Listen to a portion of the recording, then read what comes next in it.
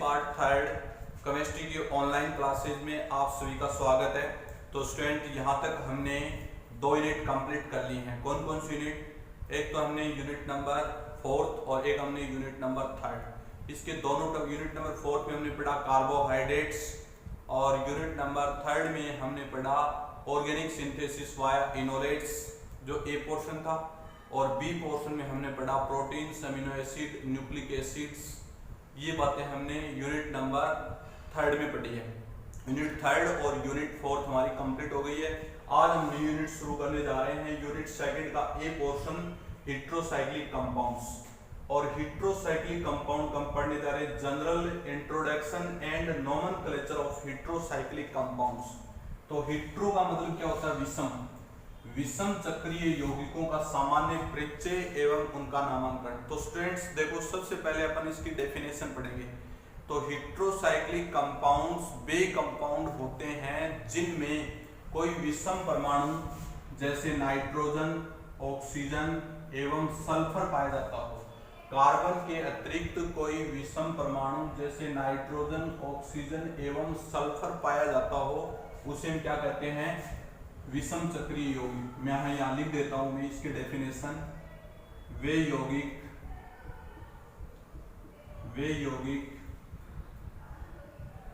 जिनमें कार्बन के अलावा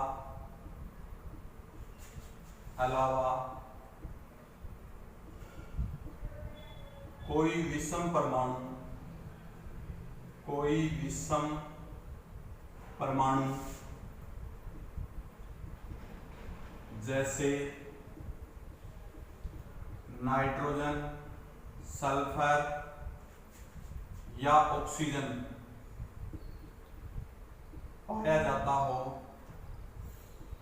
पाया जाता हो तो उसे हम विषम चक्रीय यौगिक कहते हैं। कौन कौन से परमाणु पाए जाते हो? नाइट्रोजन, सल्फर या ऑक्सीजन पाया जाता है, उसे क्या कहते हैं? विषम चक्रीय यौगिक कहते हैं। फॉर एग्जांपल हमारे सिलेबस में देखना, एक कंपाउंड ये है जिसको अपन क्या बोलते हैं? फ्यूरेन। क्या बोलते हैं? फ्यूरेन। FURAN, furan. आप इसको हिंदी में लिख दो फ्यूरेन। समझ गए? दूसरा कंपाउंड ये है आपके सिलेबस में जिसमें सल्फर है, उसको क्या बोलते हैं? थायोफिन। क्या बोलते हैं? थायोफिन। थर्ड कंपाउंड आपके सिलेबस में है जिसमें नाइट्रोजन परमाणु है, उसको क्या बोलते हैं? पिरोल। क्या बोलते हैं? पिरोल। और फिर आपके एक 6 सदस्य वाला परमाणु है जिसको बोलते हैं पिरिडीन। क्या बोलते हैं? पिरिडीन। समझ गए स्टूडेंट्स? मैंने क्या बताया? ऐसे यौगिक जिनमें कार्बन के अलावा कोई विषम परमाणु जैसे नाइट्रोजन, सल्फर या ऑक्सीजन पाया जाता हो, उसे हम क्या कहते हैं? विषम चक्रीय यौगिक कहते हैं। क्या कहते हैं? विषम चक्रीय यौगिक, जैसे फ्यूरेन, थायोफिन, पिरोल, पिरिडीन। समझ गए स्टूडेंट्स? तो ये थी इसकी डेफिनेशन। डेफिनेशन के बाद लिखते हैं अपन नोमेनक्लेचर। यहां मैं हेडिंग डाल रहा हूं, nomenclature of heterocyclic compounds. Nomenclature of heterocyclic compounds very important. 1-2 question students हर हालत में आता है पेपर में, तो आप लिखेंगे इसमें ऊपर वेरी इंपॉर्टेंट। समझ गए स्टूडेंट्स? तो देखो, इसमें नोमेनक्लेचर, वैसे तो इसके जो जनरल नेम होते हैं वो ज्यादा प्रचलित हैं, बट आजकल इसके IUPAC नाम भी प्रचलन में आने लग गए हैं। तो सबसे पहले हम इसके नोमेनक्लेचर पढ़ेंगे, तो इसके कुछ नियम हैं, वो नियम पढ़ने जा रहे हैं। पहला नियम, 5 सदस्य वाले यौगिकों के नामांकन के लिए यहां लिखेंगे, यदि 5 सदस्य वाले विषम चक्रीय यौगिक या यौगिकों में विषम परमाणु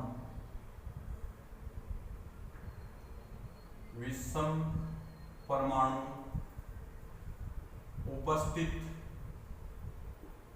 हो तो उनके पूर्व लगन का उपयोग किया जाता है। देखना 5 सदस्यों वाले यौगिक विषम चक्रीय तो उनका पूर्व लगन का उपयोग किया जाता है। देखना पहला, जैसे मैंने ये लिख दिया भाई, पहले यहां लिखेंगे यौगिक और यहां लिखेंगे पूर्व लगन।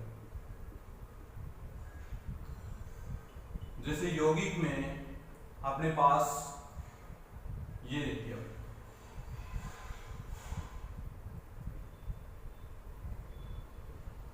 ये है अपने पास। इसको वैसे नाम क्या बोलते हैं? फ्यूरेन। क्या बोलते हैं? फ्यूरेन। समझ गए? तो इसमें कौन सा यौगिक है अपने पास? परमाणु कौन सा है? ऑक्सीजन। तो इसका पूर्व लगन क्या होगा? ऑक्सा। क्या होगा? ऑक्सा। जैसे मैं नीचे लिख देता हूं सभी को, यदि ऑक्सीजन हो तो क्या लिखेंगे? ऑक्सा।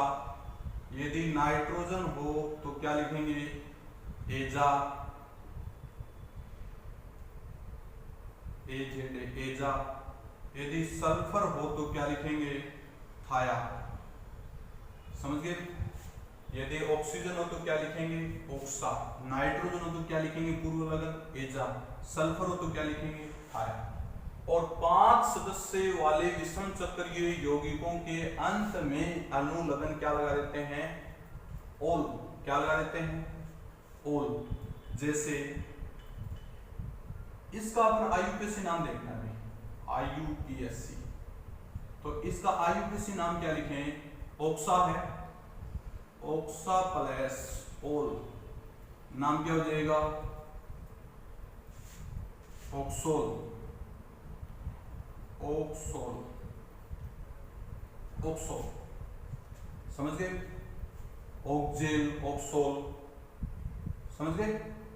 अब इसका क्या बोलेंगे? एजोल। इसको क्या बोलेंगे? थायोल, ऑक्साजोल, ऑक्सोल। समझ गए स्टूडेंट्स? तो देखो मैं मान लीजिए इसका लिख रहा हूं, जैसे यहां पर सल्फर, तो इसको क्या लिखेंगे? थायोल। सपोज दैट मैं इसको लिख रहा हूं यहां पर नाइट्रोजन, तब इसका नाम क्या लिखेंगे? एजोल। क्या लिखेंगे? एजोल। ऑक्सोल, thiol, azole. तो पहला नियम क्या कहता है कि 5 सदस्य वाले यौगिकों में यदि विषम परमाणु उपस्थित हो उनको पूर्व लगनों का उपयोग किया जाता है। और पूर्व लगन को यदि ऑक्सीजन हो तो ऑक्सा बोला जाता है, नाइट्रोजन हो तो एजा बोला जाता है, सल्फर हो तो थाया बोला जाता है। और अंत में क्या लगाते हैं? ओल लगाते हैं। जैसे ऑक्सीजन के अंत में क्या लगाया? ऑक्सोल।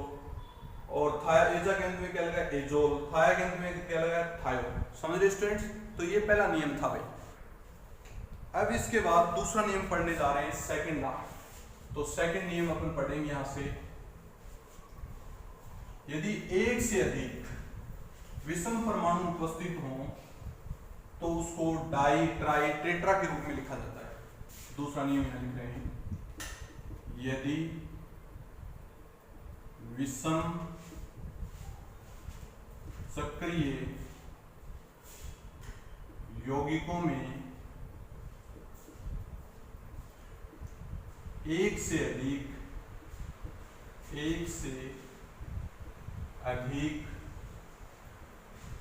विषम परमाणु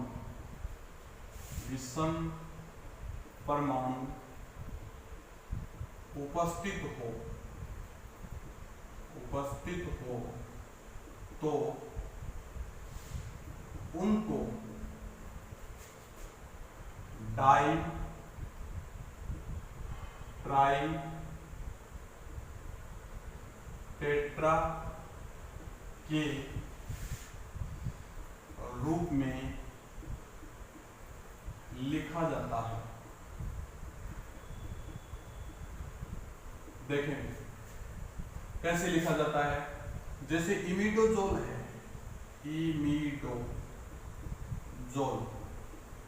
इमिडोजोल एक कंपाउंड है और इसको आप ऐसे लिखते हैं एन और यहां पर लिखेंगे NH। ये इमिडोजोल है। इमिडोजोल में अपने पास 2 नाइट्रोजन है, एक जैसे हैं। एक जैसे की बात कर रहे हैं, एक जैसे तभी तो डाइट्राइटेटर लगेगा। तो एक जैसे हैं तो इसको 1 नंबर, इसको 2 नंबर, इसको 3 नंबर, इसको 4 नंबर, इसको 5 नंबर, ऐसे तो लिखेंगे। तो इमिडोजोल का IUPAC नाम लिखें तो अपन लिखेंगे IUPAC। IUPAC क्या हो जाएगा इसका 1,3 डाई एजोल। क्या नाम हो जाएगा 1,3 डाई एजोल। समझ गए स्टूडेंट्स। तो देखो 1 नंबर और 3 नंबर पे क्या है नाइट्रोजन परमाणु, इसलिए इसको क्या बोलेंगे 1,3 डाई एजोल।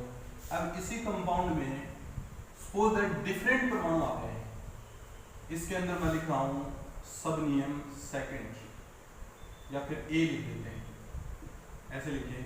यदि विषम चक्रीय यौगिकों में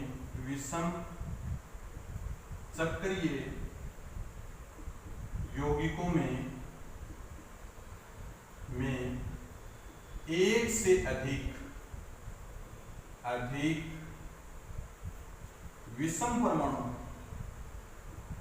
विषम परमाणु यदि अलग अलग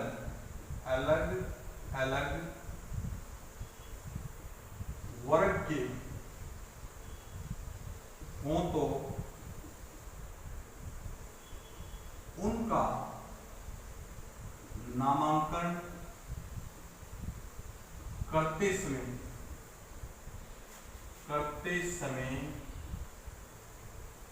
अधिक वर्ग संख्या वाले ग्रुप को पहले वरीयता दी जाती है। ये लिखा है मैंने भी। यदि विषम चक्रीय यौगिकों में एक से अधिक विषम परमाणु यदि अलग अलग वर्ग के हों तो उनका नामांकन करते समय अधिक वर्ग संख्या वाले ग्रुप को पहले वरीयता दी जाती है। अधिक वर्ग संख्या वाले ग्रुप को क्या दी जाती है पहले वरीयता दी जाती है। देखें इसमें मैं आपको एक एग्जांपल दे रहा हूं, आप बताना फिर उसमें। जैसे मैंने ये लिख दिया, यहाँ नाइट्रोजन लिख दिया, यहाँ ऑक्सीजन, समझ गए। और यहाँ पर मैंने इस प्रकार से, ठीक है स्टूडेंट्स। अब देखें इसमें ऑक्सीजन भी है और नाइट्रोजन भी है। तो ऑक्सीजन कौन से वर्ग में आता है सोलहवें वर्ग में, और नाइट्रोजन कौन से वर्ग में आता है, यहाँ लिखेंगे नाइट्रोजन इजिकल टू 15वें वर्ग और ऑक्सीजन इजिकल टू 16वें वर्ग। तो पहले वरीयता किसको देंगे ऑक्सीजन को, तो यहाँ लिखेंगे ऑक्सो प्लस एजा प्लस ओल। तो देखो ऑक्सो भी हो गया, एजा भी हो गया, ओल भी हो गया। तो इन तीनों को मिलाकर अपन क्या लिखेंगे ऑक्सो एजोल। क्या लिखेंगे ऑक्सो एजोल। क्या लिखेंगे oxo azole. Oxo plus azo plus ol, तो क्या लिखेंगे ऑक्सो एजोल। समझ गए स्टूडेंट्स। यानी दो अलग अलग वर्ग के मान लीजिए हैं इसमें विषम परमाणु, तो पहले उस वर्ग को वरीयता मिलेगी जिसमें वर्ग संख्या ज्यादा हो। एक तो ये बात हो गई, ठीक है। अब दूसरा देखें इसी के अंदर बी नियम, यदि विषम परमाणु एक ही वर्ग के हों तो पहले वरीयता उस परमाणु को दी जाती है जिसका परमाणु क्रमांक कम हो, जिसका परमाणु क्रमांक क्या हो, कम हो। देखें स्टूडेंट्स, इसी को मैं यहां लिख देता हूं, अपने पास सल्फर और यहां क्या लिख दिया, ऑक्सीजन, ये लिख दिया मैंने, ठीक है। अब आपको ये देखना है, इसमें दो परमाणु एक जैसे हैं, है ना, दो परमाणु एक ही वर्ग के, ऑक्सीजन और सल्फर। तो पहले कौन सा आएगा, पहले अपने पास ऑक्सीजन आएगा, क्योंकि ऑक्सीजन का परमाणु क्रमांक कितना होता है, 8, सल्फर का कितना होता है, 16। तो पहले वो आएगा जिसका परमाणु क्रमांक कम हो, तो अपन क्या लिखेंगे, ऑक्सो प्लस थायो प्लस ओल, क्या लिखेंगे, ऑक्सोथायोल, क्या लिखेंगे, ऑक्सोथायोल। इस प्रकार के कंपाउंड का नाम क्या लिखा जाएगा, ऑक्सोथायोल। समझ रहे हो स्टूडेंट्स, कोई दिक्कत, यानी ऑक्सीजन भी हो और सल्फर भी हो तो अपन पहले वरीयता किसको देंगे, ऑक्सीजन को देंगे, क्योंकि कम परमाणु क्रमांक वाले को पहले वरीयता दी जाती है, इसीलिए इसका नाम क्या लिख दिया गया, ऑक्सोथायोल। क्या लिख दिया गया, ऑक्सोथायोल। तो ये था अपना दूसरा नियम, दूसरे नियम में डाइट्राई टेट्रा के रूप में। फिर इसको अपन मानते हैं तीसरा नियम भी मान सकते हैं, सब नियम।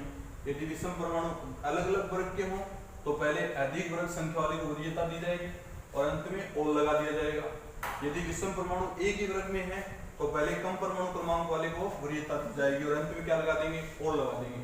ये तो आपके हेटेरो परमाणु उपस्थिति थी। अब देखो नेक्स्ट, यदि इसमें संतृप्त यौगिक हों, संतृप्त, देखो अगला नियम क्या कह रहा है, लिख देता हूं। अगला नियम है संतृप्त और असंतृप्त। एक तो होता है संतृप्त और एक होता है असंतृप्त। दोनों में अंतर क्या होता है, संतृप्त यौगिक वो यौगिक होते हैं जिनमें पाई बॉन्ड नहीं हो और असंतृप्त यौगिक वो यौगिक होते हैं जिसमें पाई बॉन्ड हो। तो इनमें यदि संतृप्त ऐसे यौगिक जो संतृप्त हो जिसमें पाई बॉन्ड नहीं हो, तो जहां जहां हमने पाई बॉन्ड उपस्थित है उसकी जगह अपन हाइड्रो लिख देते हैं। क्या लिख देते हैं, हाइड्रो। जैसे अपने पास ये कंपाउंड है, आप लोग इसको क्या बोलते हैं, फ्यूरिन बोलते हैं। क्या बोलते हैं, फ्यूरिन। और वैसे नॉर्मल नाम इसका क्या लिखें, टेट्रा हाइड्रो फ्यूरिन। कब लिखेंगे टेट्रा हाइड्रो फ्यूरिन, देखो ये तो फ्यूरिन है, फ्यूरिन, और टेट्रा हाइड्रो फ्यूरिन तब लिखेंगे जब इसमें कोई पाई बॉन्ड नहीं है। जैसे ये कंपाउंड है, इसमें कोई पाई बॉन्ड नहीं है, यहां देखो पाई बॉन्ड, ये 1 2 3 4 हाइड्रोजन जुड़ेंगे पाई बॉन्ड की जगह, इसलिए इसका नाम क्या रख दिया गया, टेट्रा हाइड्रो फ्यूरिन। और नॉर्मल इसको लिखते हैं THR। क्या लिखते हैं, THR। यदि संतृप्त यौगिक हो तो क्या लिखेंगे, जितने हाइड्रोजन है उनकी संख्या दर्शाते हुए आगे फ्यूरिन लिख दिया जाता है, या फिर कोई कंपाउंड का नाम लिख दिया जाता है, विषम चक्रीय यौगिक उनका नाम लिख दिया जाता है। जैसे इसको मैं ऐसे लिख दूं, जैसे ये कंपाउंड है NH, अब इसका नाम क्या होगा भाई, टेट्रा हाइड्रोपिरोल। क्या लिखेंगे, टेट्रा हाइड्रोपिरोल। इसका क्या लिखेंगे, टेट्रा हाइड्रोपिरोल। समझ गए, क्या नाम लिखेंगे, टेट्रा हाइड्रोपिरोल। तो ये था आपका इसमें संतृप्त यौगिक और असंतृप्त यौगिकों का नाम लिखते हैं। वैसे इसका नाम पिप्रेडिन होता है, पिरीडिन का नाम जैसे नॉर्मल इसमें क्या लिखे, पिप्रेडिन। पिप्रेडिन, ये पिरीडिन होती है, पिरीडिन के अलावा पिप्रेडिन लिखेंगे, इसको टेट्रा हाइड्रोपिरोल लिखेंगे, ठीक है। अब आगे देखो, यदि 6 परमाणु उपस्थित हों, विषम चक्रीय यौगिकों में 6 परमाणु उपस्थित हों, जैसे अगला नियम अपन, ये तो गया 3 नंबर, अब 4 नंबर, यदि विषम चक्रीय यौगिकों में 6 परमाणु उपस्थित हो तो उनका नामांकन करते समय अंत में अनुलग्न इन लगा दिया जाता है, इन लगा दिया जाता है। समझ रहे? देखें कैसे इन लगा दिया जाता है। सपोज दैट ये कंपाउंड आपने खुद देखा, इस कंपाउंड को पिरिडीन है, नॉर्मल नाम क्या है? पिरिडीन। क्या बोलेंगे? पिरिडीन। बट इसमें 6 परमाणु हैं, जो 6 परमाणु को अंत में क्या लगाएंगे? इन लगाएंगे। तो नाइट्रोजन उपस्थित है तो एजो प्लस इन, भाई एक तो एजा है, एजो प्लस इन, तो एजीन अपन क्या लिखेंगे? एजीन। देखो एजो प्लस इन, तो अपन इस कंपाउंड को क्या लिखेंगे? AZENE, एजीन। क्या लिखेंगे? AZENE, एजीन। कंपाउंड का IUPAC नाम क्या होगा? एजीन, IUPAC। समझ गए स्टूडेंट्स? वैसे नॉर्मल नाम क्या इसका? पिरिडीन है, बट इसमें 6 परमाणु हैं, इसलिए 6 परमाणु अंत में क्या लगाएंगे? इन लगाएंगे। जैसे पिरिडीन है तो क्या लगाएंगे? एजीन। क्या लिखेंगे? एजीन। और मान लीजिए पिरिडीन में पाई बॉन्ड नहीं हो, तब क्या लिखेंगे नाम इसका? ये पाई बॉन्ड नहीं है, असंतृप्त यौगिक है ये, सॉरी संतृप्त है ये, तब इसका क्या लिखेंगे? पिप्रेडीन। क्या लिखेंगे? पिप्रेडीन। समझ गए? पिरिडीन से क्या है? पिप्रेडीन। कोई दिक्कत स्टूडेंट्स? तो ये थे आपके IUPAC नोमेनक्लेचर स्टूडेंट्स। कोई दिक्कत? बाकी अपन नेक्स्ट वीडियो में पढ़ेंगे। Okay students.